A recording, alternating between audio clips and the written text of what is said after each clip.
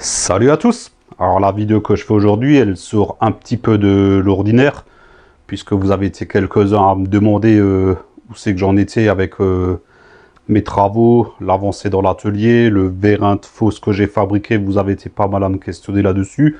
Donc aujourd'hui, on va faire une petite vidéo un peu spéciale. On va refaire le tour de l'atelier, voir ce qui a changé, ce qui est en cours, ce qui est en projet, et je vais vous donner 2-3 nouvelles concernant la chaîne aussi. Donc bon, on perd pas de temps et puis on attaque de suite ce petit tour du propriétaire. C'est parti.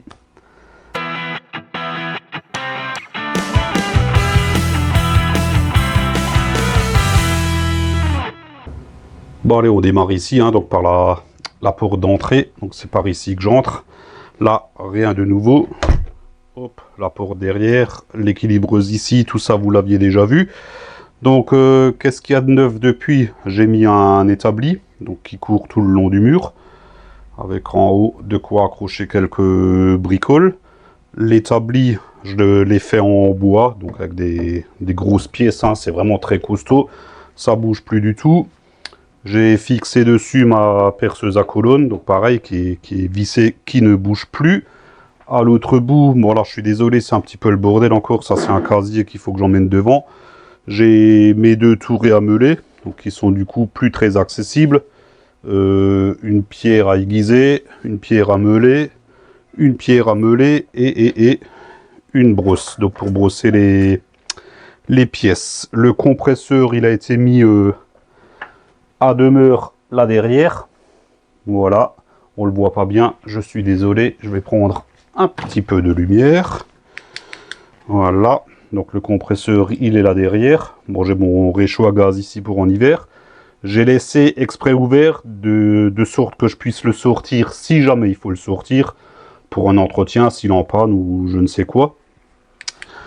Le tuyau du compresseur, du coup, il court derrière l'établi. Il remonte ici où je me suis installé un enrouleur. Donc c'est un KS Tools avec 15 mètres de tuyaux dessus. Je vais poser la lampe. De section relativement importante. Donc là, j'ai plus du tout de souci avec ma clé à choc. Bon, d'ailleurs, j'en ai jamais eu, hein, puisque le tuyau que j'utilisais avant, c'est pareil, c'était de la grosse section. Hein, donc j'ai jamais eu de souci. Et puis je suis parti sur du gros tuyau pour pas en avoir. Qu'est-ce que je peux dire encore au niveau de l'établi? Ouais, j'ai fait un emplacement exprès pour la servante, donc que je puisse la ranger en dessous. Voilà, donc j'ai juste à la tirer dehors. Ici, il y a de l'étagère, là, il n'y en a pas. Place pour la servante et derrière, la place pour le compresseur. Je vais la laisser dehors puisqu'on y reviendra tout à l'heure. Là, j'ai toujours encore mon cric, donc qui me sert encore quand j'ai des bricoles à faire, puisque je vais vous montrer ce que j'ai fait. En fait, si j'ai juste des pressions de roue à faire, des conneries comme ça, je déroule mon tuyau, je le tire et je le branche ici, tuyau qui part dans le mur. Et là, regardez bien ce que j'ai fait. Hop, là on ressort. J'ai mon tuyau qui court le long du mur là en haut et j'ai remis un petit enrouleur ici, donc il me permet de, quand j'ai les voitures dans l'allée, de gonfler des pneus, d'enlever des roues vite fait, des conneries comme ça. Aussi quand je change mes pneus avec mon démon pneu manuel ici, du coup j'ai un qui traîne juste là, j'ai un manomètre, j'ai de quoi les gonfler. Comme ça j'ai de quoi bricoler là dehors. Et le cric il est juste là, donc je peux l'emmener dehors. J'ai un second compresseur. Alors ça c'était une opportunité puisque là où je travaille, bah, il s'avère qu'il l'avait jeté à la benne. Il était pas bleu, hein, il était noir. Il était dégueulasse, il était dans un piteux état, il n'y avait plus de roues, il n'y avait plus rien. Et j'ai vu ça dans la benne, je me suis demandé, tiens, pourquoi? Et en fin de compte, le groupe de... Hop, demi-tour, voilà, le petit groupe de gestion de la pression, là, il était entièrement explosé. Donc je suppose qu'il y a un truc qui a dû tomber dessus et qui a explosé le bordel, là, donc ils l'ont foutu à la benne. Alors je me suis dit, bon... Foutu pour foutu, ça coûte rien, je l'ai récupéré. Je suis rentré, j'ai branché le moteur en direct et bien sûr, ben, il a fonctionné dans la foulée.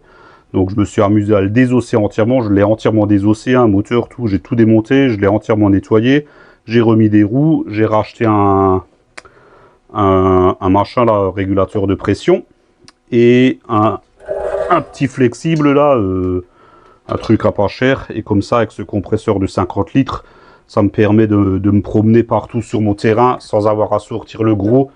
Par exemple si j'ai des trucs à agrafer, puisque moi j'ai mon agrafeuse qui est pneumatique, donc j'ai ce petit compresseur qui me permet de bricoler à gauche à droite. Voilà. Alors ici, qu'est-ce qu'on peut dire? Les étagères, rien de spécial, tout ça on l'avait déjà vu. Toujours encore mon endroit où je stocke les pneus. J'ai ramené ma presse. Donc ça c'est pareil, hein, c'est pas une presse achetée dans le commerce, c'est un truc qui m'a rien coûté. J'ai fabriqué ça de A à Z avec un morceau de ferraille de... Bon, c'est du gros, hein. C'est même du très gros, hein. Un morceau de ferraille de récupération. Le vérin, c'est un... Je travaille dans le transport, donc c'est un vérin qui sert à lever les cabines de camions. Je n'ai aucune idée de la puissance que peut développer cette presse. J'en ai pas la moindre idée. Tout ce que je peux vous dire, c'est qu'elle a toujours fait ce que je lui ai demandé de faire. C'est-à-dire les roulements, les machins comme ça, j'y suis toujours arrivé. Donc je m'en contente. Je l'avais dans mon garage fixé sur l'établi. Là, je l'ai mis ici provisoirement puisque faut que je me fabrique un petit support sur roue là, histoire de pouvoir la déplacer à gauche à droite. J'ai déjà les roues. Hop, où c'est qu'elles sont? Voilà, elles traînent là derrière dans un sachet. Faut juste que j'achète de la ferraille, fabriquer un petit support pour pouvoir la déplacer de gauche à droite parce que elle fait son poids, hein.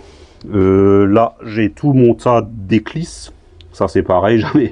J'ai un copain qui travaillait, j'avais un copain, je ne le vois plus, qui travaillait dans le chemin de fer. Il m'avait ramené des éclisses de... Ça, c'est les pièces qui servent à... Voilà, elles sont coupées, hein. Normalement, c'est le double de la longueur. Ça, en fait, c'est une demi, hein. Ça sert à visser les rails ensemble. Donc, il m'avait ramené ça. Et ça, c'est pas mal pour caler au niveau de la presse. Voilà. On met ça là, un de chaque côté. On met notre moyeu. On peut pousser bien comme il faut. Et pareil pour ce genre d'opération, je garde toujours les vieilles cages des anciens roulements. Hop, ça permet d'avoir des supports d'appui pour pousser de différents diamètres. Avec des plaques en acier qu'on pose dessus, comme ça on peut prendre appui avec le vérin. Donc là, voilà, ceux qui veulent se lancer dans la fabrication d'une presse, il suffit juste de faire un châssis en ferraille, un vérin ou même un cric bouteille qu'on visse en haut. C'est pas les tutos qui manquent sur internet, hein. J'avais déjà regardé, il y a pas mal de gens qui se sont lancés là-dedans. Qu'est-ce que je peux dire ici? Ouais, là je crois qu'on a fait le tour. Je vais juste faire une pause 2 secondes histoire de boire un coup parce que j'ai la gorge sèche et je vous reprends. Allez hop, me voilà de retour. Donc j'ai la servante devant moi, donc on va continuer avec la servante. Donc moi j'avais déjà énormément d'outillage que j'avais acheté petit à petit, des trucs de marque, une grande marque célèbre d'outillage française, voilà. Je vous fais pas de dessin, j'avais accroché ça au tableau, à l'établi au garage, mais c'est vrai que de devoir courir à chaque fois qu'il faut une clé, on croit que c'est du 13, on prend la clé de 13, et puis on est obligé d'y retourner parce que c'est du 12, c'était assez pénible quand même. Donc du coup je me suis acheté une servante vide, parce que je ne voulais pas une pleine, puisque j'avais déjà les outils. C'est même presque un petit peu l'arnaque, puisque les servantes vides ne coûtent au final pas beaucoup moins cher que les servantes pleines. Mais j'avais aucune utilité d'avoir tout l'outillage en double, loin de là. Mais comme moi j'avais déjà mon outillage, le but du jeu c'était quand même de garnir ma servante bien comme il faut.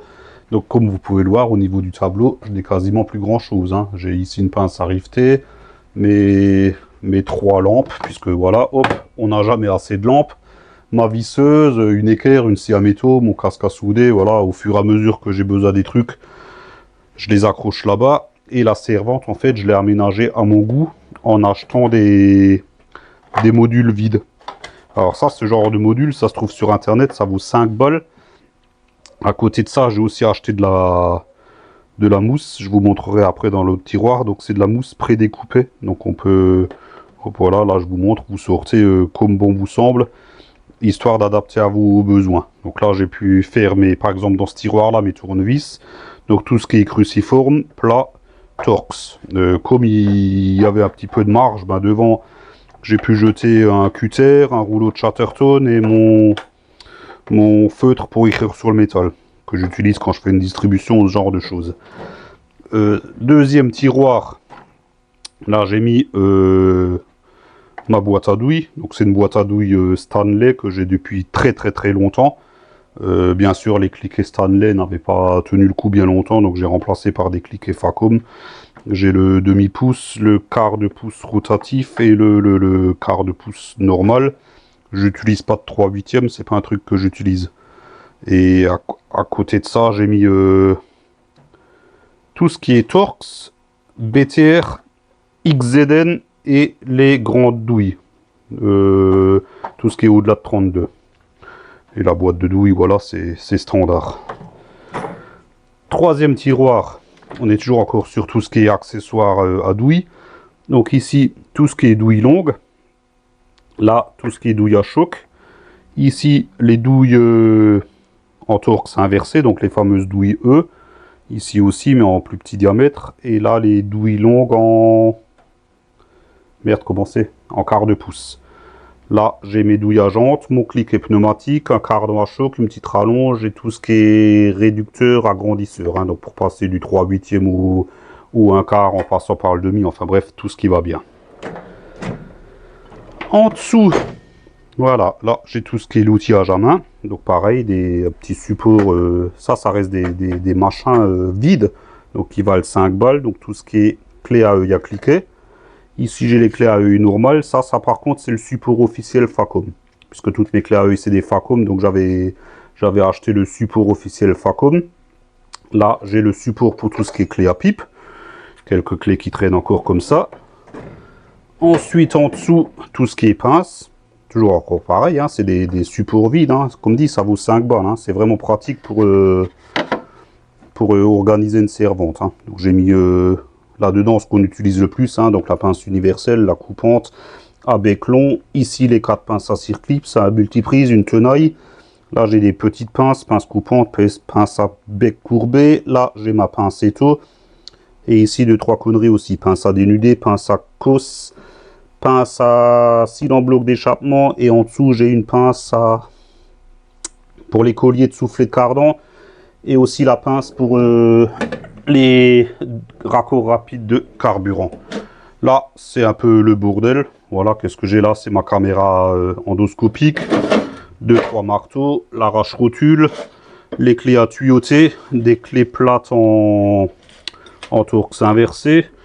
Et ça, qu'est-ce que... Ah oui, ça c'est les douilles pour les écrous cassés. Quand il y a des écrous cassés, j'utilise ce genre d'outils. Donc on peut mettre sur l'écrou. Et tout en bas pour finir, clé à choc, clé dynamométrique, levier, clé filtre à huile, ce genre de conneries. Voilà pour la servante. Bon, hop, je recoupe 2 secondes, je reprends derrière. Ça c'est bon. Donc je peux ranger. Voilà, elle a très bien sa place ici, elle dépasse un petit peu et moi comme ça au moins ça me dégage mon espace. Un petit siège ici pour les invités.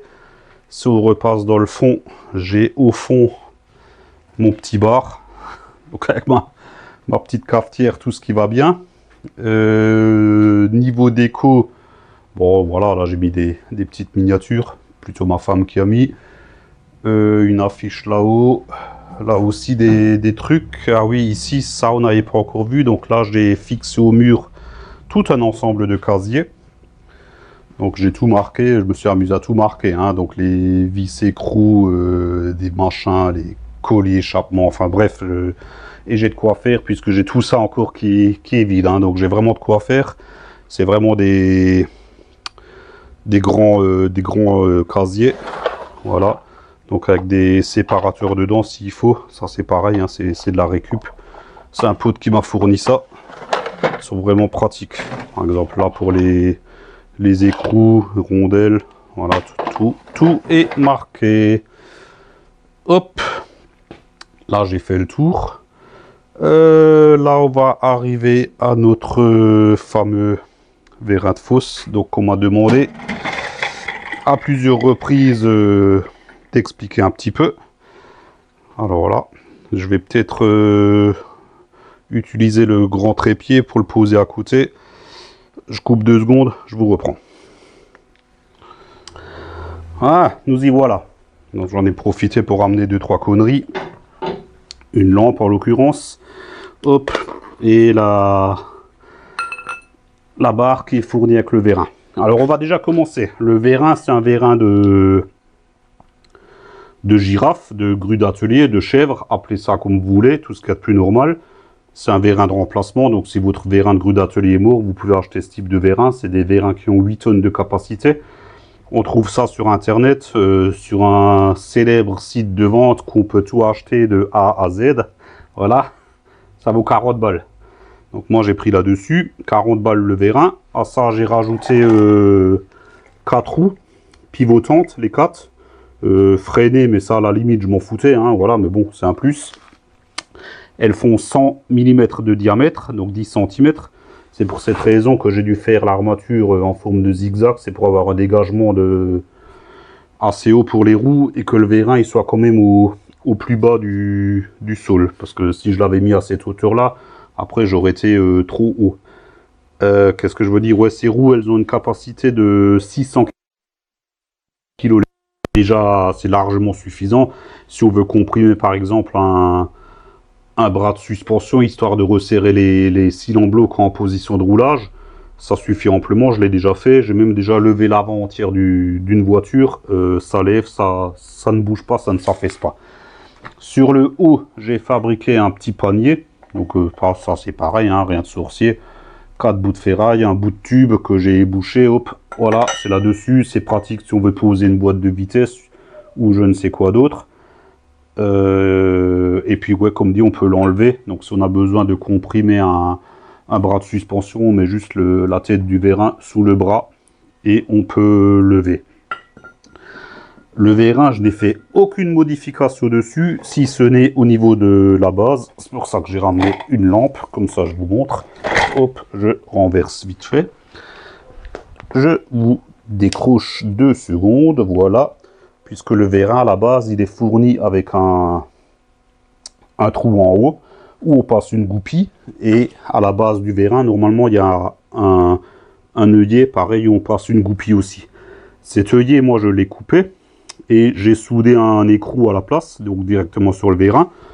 J'ai fabriqué hop, une petite bride ici, donc en forme de U.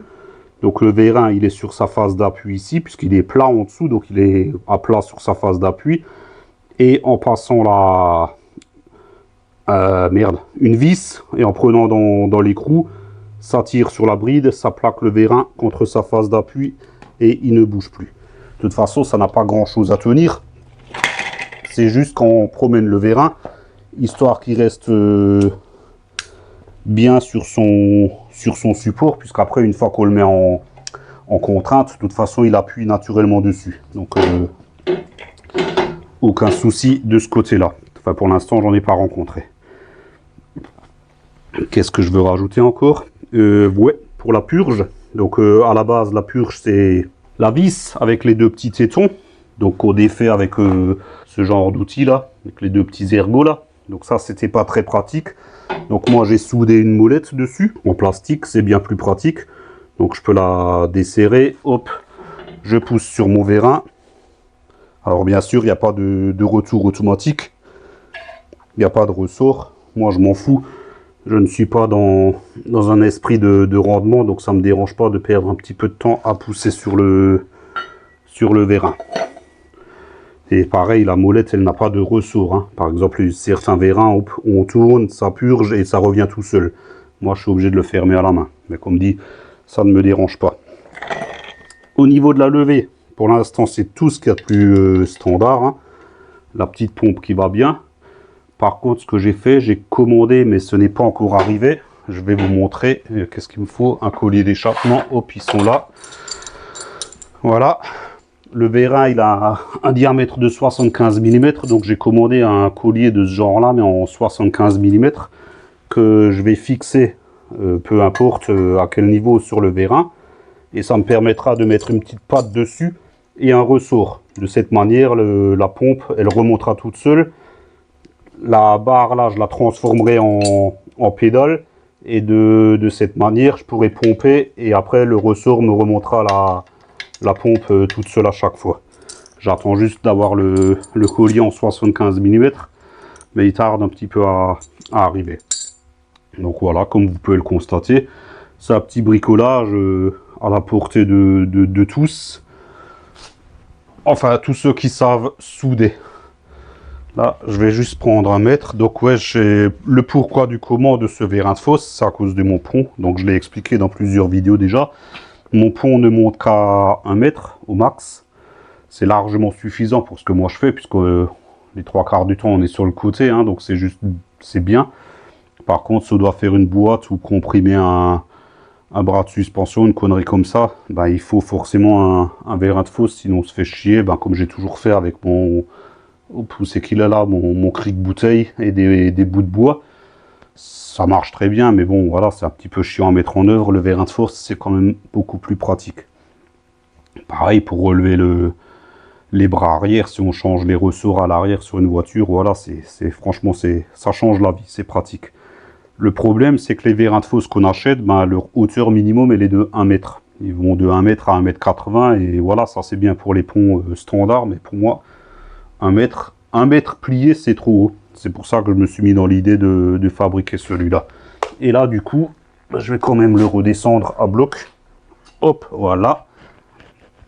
Donc là, au plus bas, quand même un vérin qui fait 67 cm. Donc ce qui est bien. Et si je le monte à fond, je sors une tige de... Qu'est-ce qu'elle fait la tige là-dedans? Elle doit faire 50 cm à peu près. Donc je passe de 70 à 1,20 m. C'est plus qu'il n'en faut. Si j'avais trouvé un vérin un peu plus court, franchement je l'aurais même fait plus court. Un vérin de 50 cm, allez, grand max. On rajoute le support en bas, un petit 10 cm. Ça nous le monte à 60, plus une course de 40 cm. On arrive à 1 mètre, ça aurait été amplement suffisant. Bon, ça existe peut-être ce genre de vérin, mais bon, ouais, moi j'ai pas trouvé. En fait, ce que moi je cherchais absolument, c'était le vérin de remplacement de mon compresseur de ressort hydraulique, donc qui est ici. Ce vérin-là, ça aurait été l'idéal, puisque là, on a déjà la pédale sur ressort et la purge, pareil, sur ressort aussi. Si j'avais trouvé ce vérin-là en remplacement, j'aurais utilisé ça. Il ne doit pas pousser bien fort. Il pousse largement fort pour comprimer les ressorts. Et je pense que pour lever une boîte ou une connerie comme ça, ça suffit amplement. Hein. De toute façon, les vérins de fosse, en général, c'est une des capacités de 500 kg grand max. Hein. Donc ce petit vérin, il aurait largement fait l'affaire. Malheureusement, j'ai eu beau chercher, j'ai pas trouvé. Et racheter un compresseur de ressort juste pour utiliser le vérin, c'était hors de question. C'est quand même un outil qui vaut plus de 100 balles. C'est pour ça que je me suis rabattu sur ce vérin à 40 balles. Voilà, voilou. Je pense que j'ai tout dit. Donc je vais recouper pour boire un coup. Parce que putain, quand on jacte, on a la gorge sèche. Je fais ça et je vous reprends. Voilà, le vérin de fosse est rangé. Donc l'étagère qui est ici, pareil, je l'ai fixé au fond. Bon, un petit peu de déco au-dessus, hein, des bidons vides. Mon petit cochon que j'aime bien, voilà. Là, j'ai quelques conneries qui traînent. J'ai mon chargeur, le voltmètre, les pompes à graisse. Tout ce qui me sert pour les fluides. Voilà, quand je fais des vidanges, comme moi j'utilise l'huile en bidon de 20 litres. Donc c'est bien d'avoir ce genre de petits pichets là, donc qui permet de faire des mesures assez précises. Un petit sac avec de la sciure des fois, puisque comme tout le monde, il m'arrive d'en foutre à côté. Ici, en général, je stocke les pièces qui sont en cours de remplacement, ou qui vont être remplacées. Alors là, il traîne quelques conneries que je vais vous montrer. Parce qu'une des grandes nouvelles aussi, ça, c'est des pièces d'Aveo. Donc l'Aveo, elle a disparu, elle n'est plus là. On l'a donnée en reprise. J'ai changé de véhicule. Voilà, un petit scoop. Donc il n'y a plus d'Aveo. Vous ne verrez plus d'Aveo sur sur la chaîne. Il me reste peut-être 2-3 vidéos encore en stock, bon, que je publierai au fur et à mesure, mais sachez que la VO n'est plus là. Alors je sais que dans mes abonnés, il y en a quelques-uns qui ont des AVO. Donc si ça les intéresse, j'ai ici une sonde lambda flambant neuve, donc de marque NTK. Hein. NTK c'est NGK, c'est pareil. Hein. Ça vaut largement plus de 100 €. J'ai un filtre à huile, j'ai ici des injecteurs d'origine et là un régulateur de pression, donc qui est intégré dans la pompe à essence. Ces pièces-là sont neuves, toutes les 4. Donc si un amateur d'AVO veut bien m'acheter ma sonde lambda à 100 €, j'ai ici la facture. Hop, je sais pas si on voit. Je l'ai payé 110 €. Donc si le gars il m'achète la sonde lambda 100 €, je lui offre le filtre à huile, je lui offre les injecteurs qui sont d'occasion et je lui offre le régulateur de pression et je lui renvoie tout ça à mes frais, bien sûr. Donc ces 4 machins 100 balles. Voilà, si ça intéresse quelqu'un, ben c'est là, ça restera là. De toute façon je finirai bien par le fourguer, mais bon, voilà, ça c'est dit. Après, si on part vers là, il y a un grand carton là en bas, ça c'est pour la chargeur. Je vous montre pas ce qu'il y a dedans, ça vous regarde pas. Vous verrez en temps voulu. Et là on arrive enfin à mes petits éléments de déco que j'aime bien. Donc ça, je vais quand même vous montrer de plus près. Hop, Gaz Monkey pour ceux qui connaissent l'ancien logo et le nouveau logo. Alors ça, c'est fait sur du bois par une fraiseuse à commande numérique, personnalisée, bien sûr. Je ne sais pas si on voit, j'espère, puisque j'ai le bras tendu. Et c'est un gars qui me fait ça. Et le gars qui me fait ça, c'est le même gars qui m'a fait ça. Ça, vous avez dû le voir déjà au début de vidéo. Voilà. Donc, je me permets de faire un petit peu de pub pour ce gars-là. Donc ça, c'est des... Pareil, c'est du bois, donc l'intérieur est peint. C'est fait à ma demande, hein, on l'a fait ensemble. Ça, c'est des machins qui fait pareil. Je veux dire, il est ouvert à toute proposition. Hein, et franchement, le travail est super bien réalisé. Les tarifs sont plus qu'abordables. On est sur quelques dizaines d'euros, hein, pas plus. Donc si vous cherchez des idées de déco pour chez vous, voilà, moi je peux vous mettre en relation avec ce gars-là et franchement vous ne serez pas déçus. C'est vraiment du super travail. Ça, c'est difficile de vous montrer à travers la caméra puisque c'est du grand angle, mais ça se regarde de loin. Et quand on s'approche, il y a le souci du détail. Bon, comme dit, c'est fait sur de la commande numérique, donc c'est... Ouais, franchement, c'est nickel. Là, en plus, là, on voit pas bien parce que j'ai le reflet de la lampe.